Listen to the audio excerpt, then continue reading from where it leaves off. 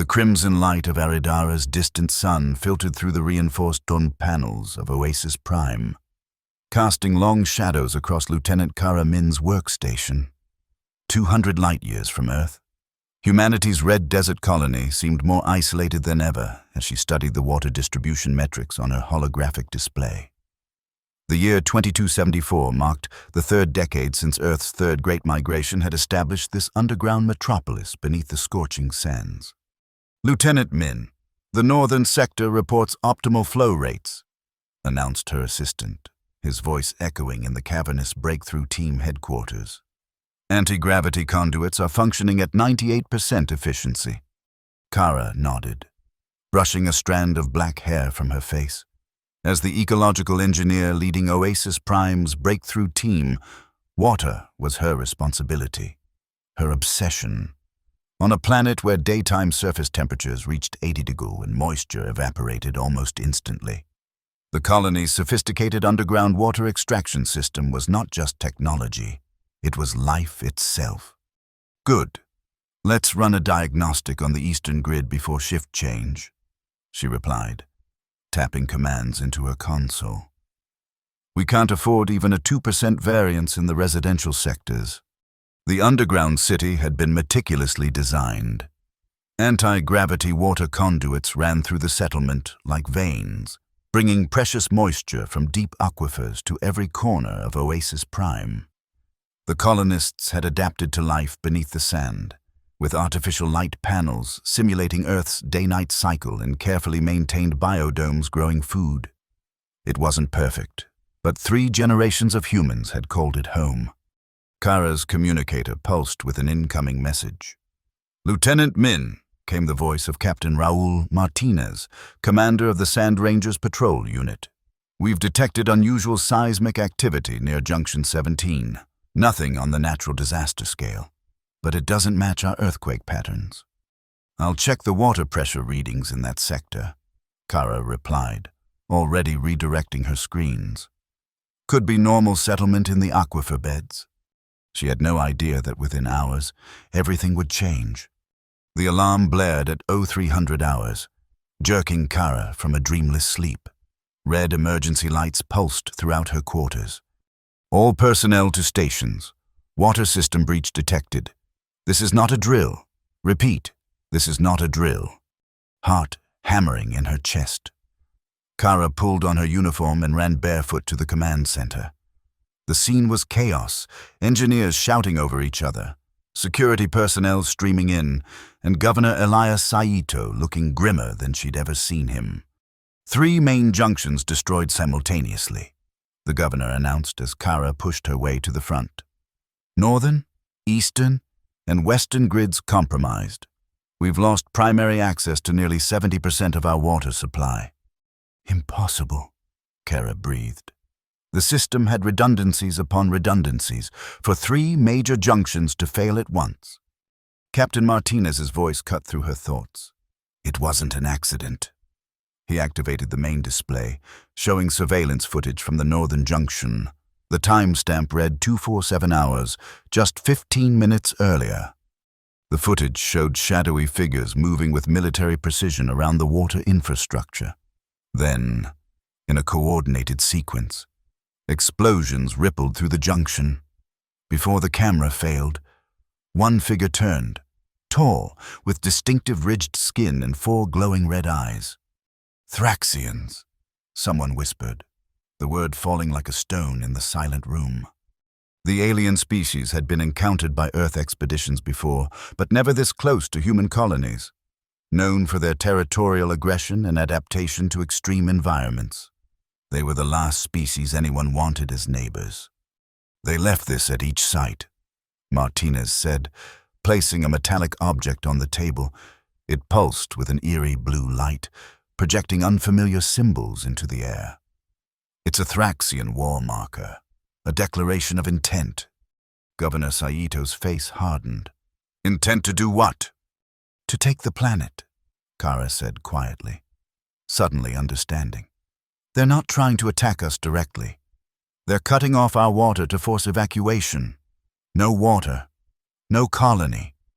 The emergency assessment confirmed her worst fears. With 3 major junctions destroyed, they'd lost access to 90% of their water reserves.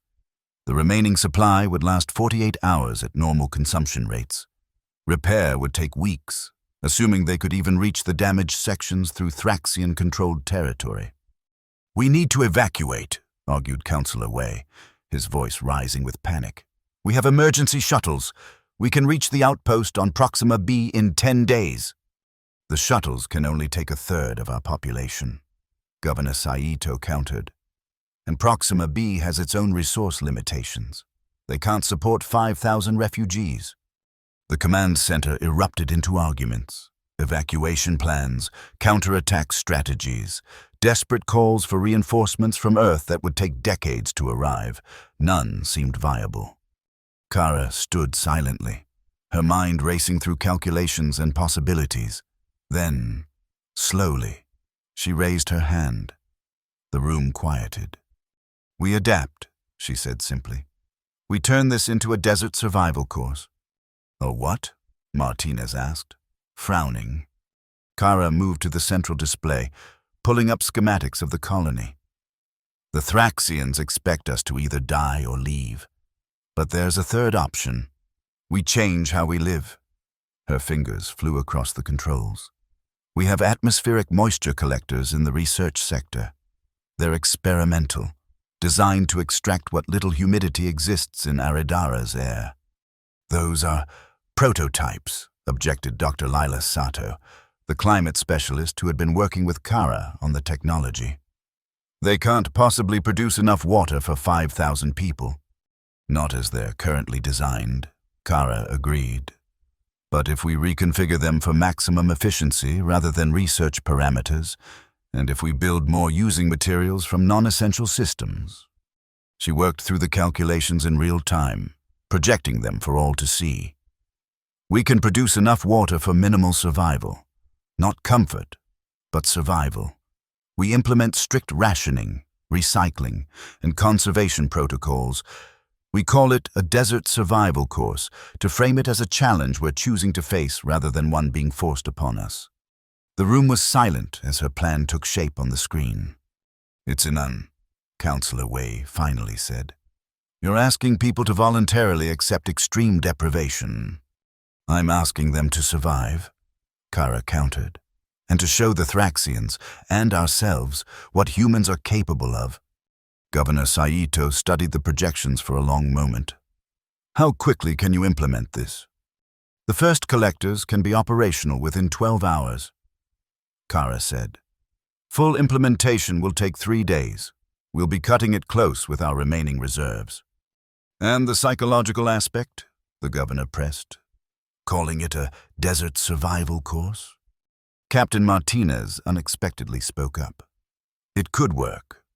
Military training has proven that humans can endure extreme conditions when they believe there's purpose behind it.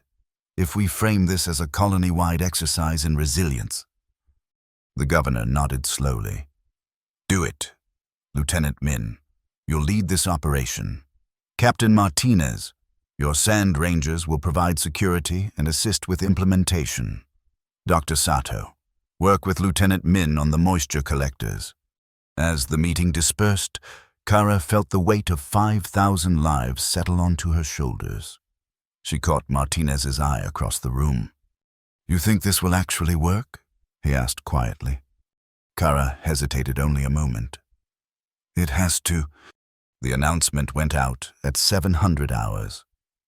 Governor Saito's voice echoed through every sector of Oasis Prime. "Citizens of Aridara, our colony faces an unprecedented challenge. Thraxian forces have damaged our water infrastructure in an attempt to force our evacuation, but we will not be driven from our home. Instead, we are initiating an emergency desert survival course.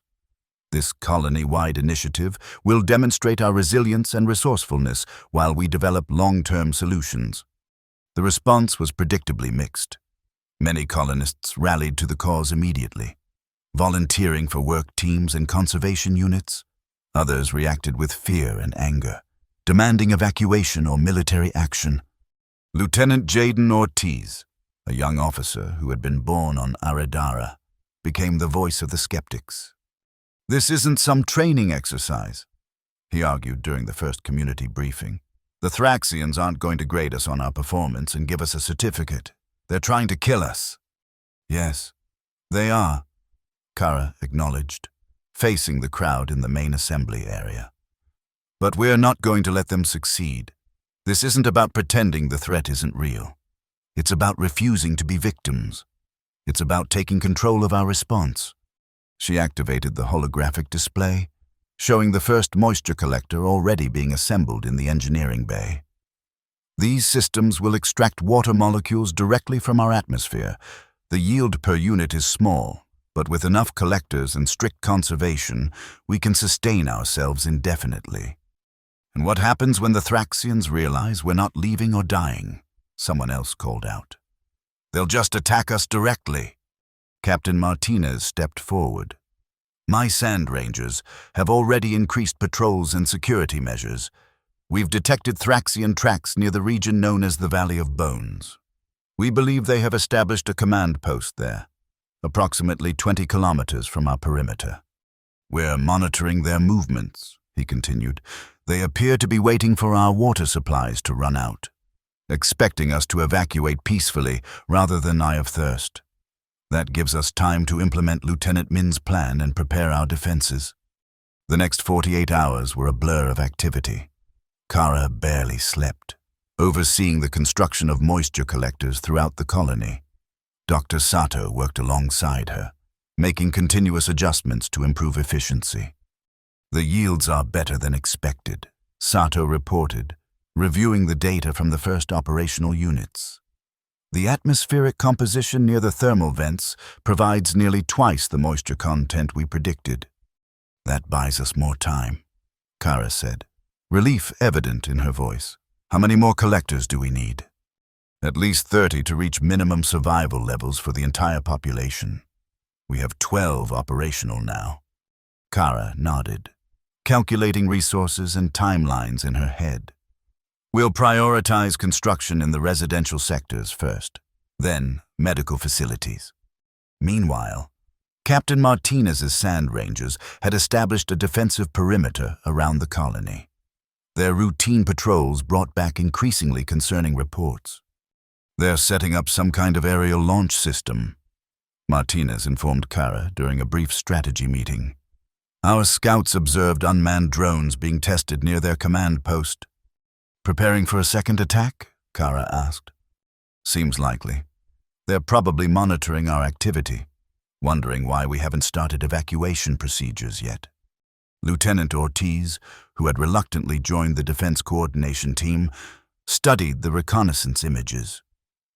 "These launch patterns suggest they're planning to target specific infrastructure rather than a blanket attack.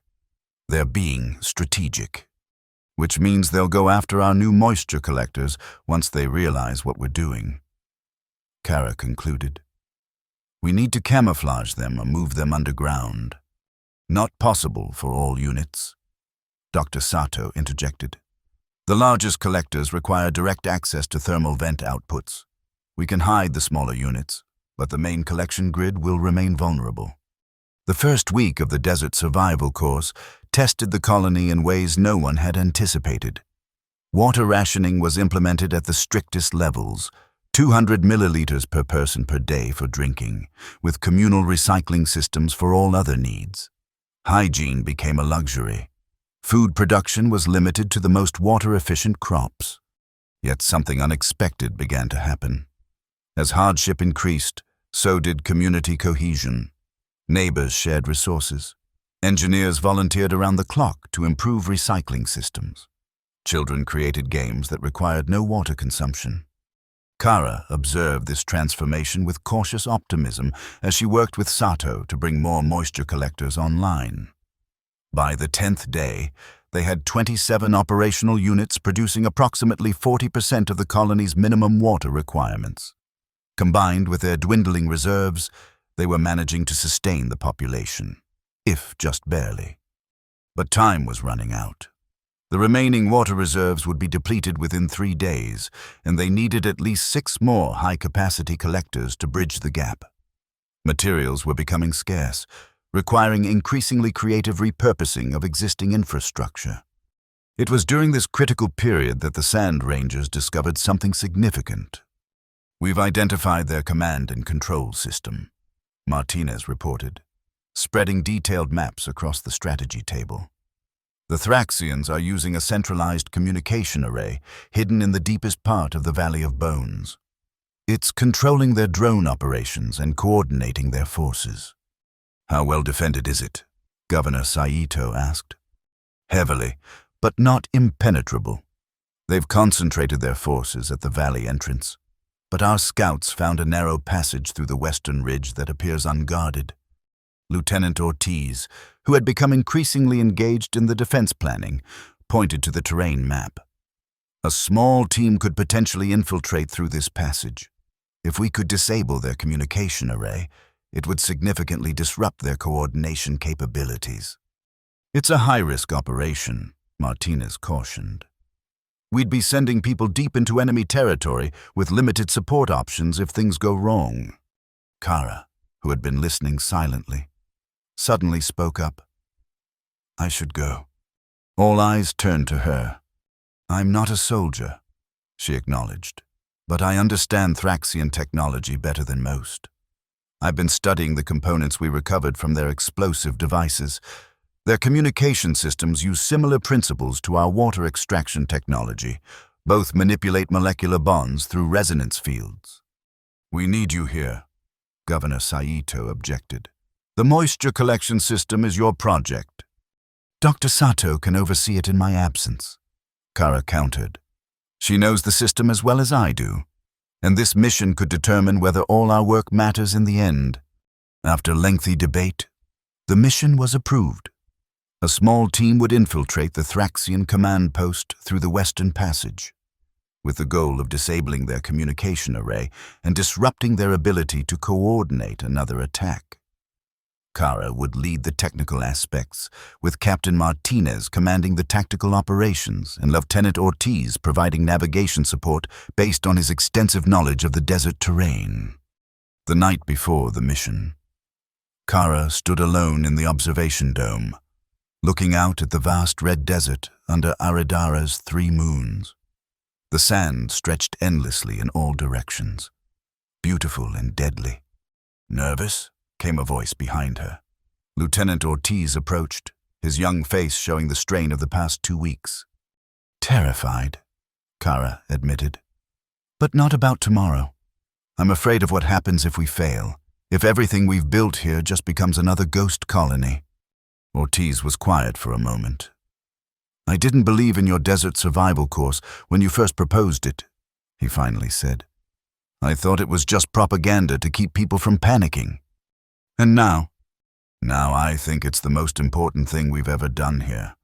Not just surviving, but choosing how we survive." He gestured toward the residential sectors, where lights still burned despite the late hour. "People are different now. There's a purpose, a unity I've never seen before." Kara smiled faintly. "Let's make sure it wasn't all for nothing." The mission departed at dawn. 6 Sand Rangers accompanied Kara, Martinez, and Ortiz, all equipped with desert survival gear and light weapons. They traveled in 2 sand skimmers, low-profile vehicles designed to move across the desert surface with minimal disturbance. They approached the Valley of Bones from the south, abandoning the skimmers several kilometers from the Western Passage to continue on foot. The heat was unbearable, even with their specialized cooling suits. Kara felt sweat pooling inside her boots with each step through the red sand. "Hold," Martinez whispered, raising a closed fist. The team froze in place. Ahead, a Thraxian patrol emerged from behind a dune. 4 tall, ridge-skinned figures, each carrying what appeared to be energy weapons. Their 4 red eyes scanned the horizon methodically. The humans remained motionless, their cooling suits adjusted to mask their heat signatures. For an agonizing minute, the patrol seemed to look directly at their position.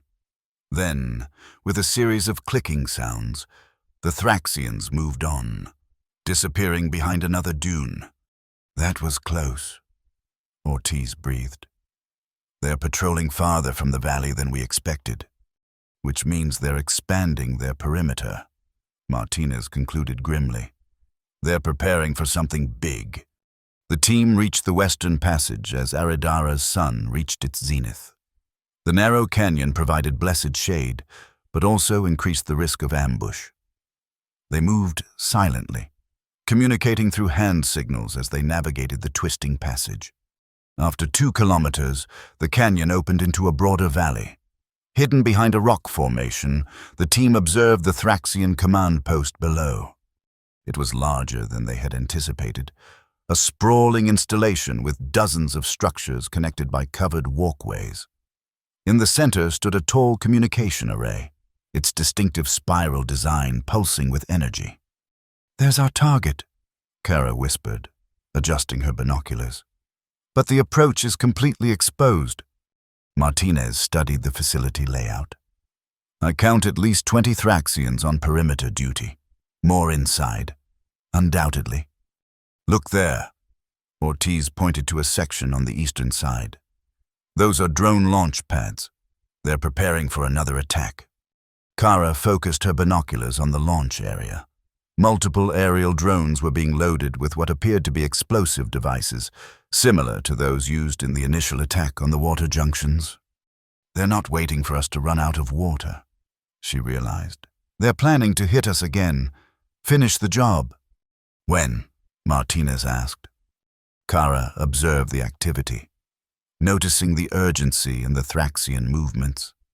"Soon. Very soon. Those drones are in final preparation stages."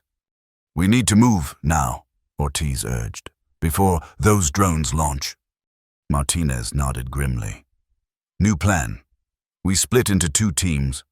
I'll take 3 rangers and create a diversion on the south side. Lieutenant Min, you take Ortiz and the remaining rangers to the communication array." "What kind of diversion?" Kara asked. Martinez pulled out a small pack of explosive charges. "The noisy kind. Give us 5 minutes to get into position, then move when you hear the fireworks." The plan was desperate, but there was no time for alternatives. Martinez and his team disappeared into the rocks, working their way toward the southern perimeter of the Thraxian base. 5 minutes later, a series of explosions rocked the southern section. Alarms wailed as Thraxian forces rushed toward the disturbance, leaving the eastern approach to the communication array temporarily vulnerable. "Now," Ortiz commanded, and their team sprinted from cover. They crossed the exposed ground in seconds, reaching the base of the communication array just as a Thraxian guard rounded the corner. One of the rangers fired, the energy weapon discharging with a high-pitched whine. The guard fell. "More coming," warned another ranger, taking up a defensive position. "I need 2 minutes," Kara said, opening her equipment pack and attaching a device to the base of the array. Her fingers flew over the controls, bypassing security protocols and accessing the core systems. The sound of energy weapons intensified as the rangers engaged more Thraxian guards. Ortiz crouched beside Kara, providing cover. "Whatever you're doing, do it faster," he urged. "Almost there," Kara muttered, connecting the final sequence. The array uses a molecular resonance field similar to our water extraction technology. If I reverse the polarity and overload the main capacitors. A blinding flash of energy erupted from the control panel, knocking both Kara and Ortiz backward. For a moment, everything went silent. Then, with a groaning sound, the communication array began to collapse, its structural integrity compromised by the energy surge. "Run!" Kara shouted, grabbing Ortiz by the arm. They fled as the massive structure toppled, crashing into nearby buildings and sending shockwaves through the Thraxian base. In the ensuing chaos, they managed to regroup with one of the surviving rangers and make their way toward the extraction point. "What about Captain Martinez?" Ortiz asked as they took cover behind a rock formation. As if in answer, Martinez and one ranger appeared from the dust cloud, running at full speed. "Go! Go! Go!" Martinez shouted. "The whole place is coming down." Indeed, the overloaded communication array had triggered a chain reaction throughout the Thraxian base. Secondary explosions erupted as power systems failed and containment fields collapsed. The team reached their sand skimmers just as a massive explosion illuminated the Valley of Bones behind them. They didn't slow down, pushing the vehicles to maximum speed as they raced back toward Oasis Prime. "Did we get the drones?" Kara asked once they were a safe distance away. Martinez nodded, his face grim but satisfied. "Direct hit on the launch pads. Nothing's flying out of there anytime soon." Back at the colony, they were greeted as heroes. The mission's success had come at a cost. 2 rangers had been lost in the diversion, but the Thraxian threat had been significantly reduced. Without their central command and communication capabilities, the alien forces were disorganized and vulnerable. More importantly, the destruction of their drone launch facility had prevented an imminent attack on Oasis Prime's new water collection system. The colony had gained precious time. In the days that followed, Dr. Sato's team completed the final moisture collectors. With 35 units now operational across the colony, they were producing 60% of the minimum water requirements. Combined with advanced recycling and conservation methods developed during the crisis, Oasis Prime had achieved water sustainability. The Thraxians made one final attempt to attack the colony 2 weeks later. A disorganized force approached the eastern perimeter but was repelled by the now well-prepared Sand Rangers. Without their central command, the alien invaders eventually withdrew from the region entirely, likely to regroup at a more distant outpost. 3 weeks after the initial attack, Governor Saito called an assembly in the main plaza. The entire colony gathered, their faces showing the strain of the ordeal but also a newfound determination. "Citizens of Aridara," the governor began, "today marks a turning point in our history. What began as an attack meant to destroy us has instead made us stronger. The desert survival course is no longer just a crisis response. It has become our way of life, our statement of resilience." Cheers erupted from the crowd. Lieutenant Kara Min and her breakthrough team have not only created a sustainable water system that can withstand future attacks, but they have shown us that human ingenuity can overcome any challenge. Kara stood uncomfortably as the crowd applauded. Beside her, Dr. Sato beamed with pride, while Martinez maintained his stoic expression. Lieutenant Ortiz, who had once been the voice of skepticism, now led a group of young colonists who had volunteered to become the next generation of Sand Rangers. "Our water reserves have now increased to 30% above pre-attack levels," the governor continued. "Our defensive capabilities have been enhanced, and most importantly, our community has discovered a strength we never knew we possessed." As the assembly dispersed, Kara found herself drawn once more to the observation dome. The red desert stretched before her, harsh and beautiful under the setting sun. She thought about the fragility of human existence on this distant world, how close they had come to abandoning everything they had built. Lieutenant Ortiz joined her, looking out at the horizon where the Valley of Bones lay hidden in the distance. "Command received a transmission from Earth today," he said. "They've dispatched a security force to help protect the colony. They'll arrive in about 11 years. Kara laughed. "Better late than never, I suppose. Do you think the Thraxians will return before then?" She considered the question carefully. "Probably, but we'll be ready for them. And not just with weapons and walls. With water and willpower." Ortiz finished her thought. As Aridara's sun dipped below the horizon, casting long shadows across the red sands, Kara felt a profound sense of accomplishment. The colony had not merely survived, it had transformed. What the Thraxians had intended as a death sentence had become a catalyst for innovation and unity. In the residential sectors below, lights glowed warmly as colonists gathered for their evening meal. Carefully measured water rations, now a symbol of pride rather than deprivation. Children played games invented during the crisis, celebrating their identity as desert survivors. Engineers continue to improve the moisture collection systems, driven not by emergency but by the challenge of excellence. You know, Kara said quietly, before all this happened, I used to think our greatest achievement was surviving on this planet at all. Now I realize that was just the beginning. Ortiz nodded. The desert survival course never really ends, does it? No, she agreed, watching as the first stars appeared in Aridara's night sky. And that's exactly why we'll thrive.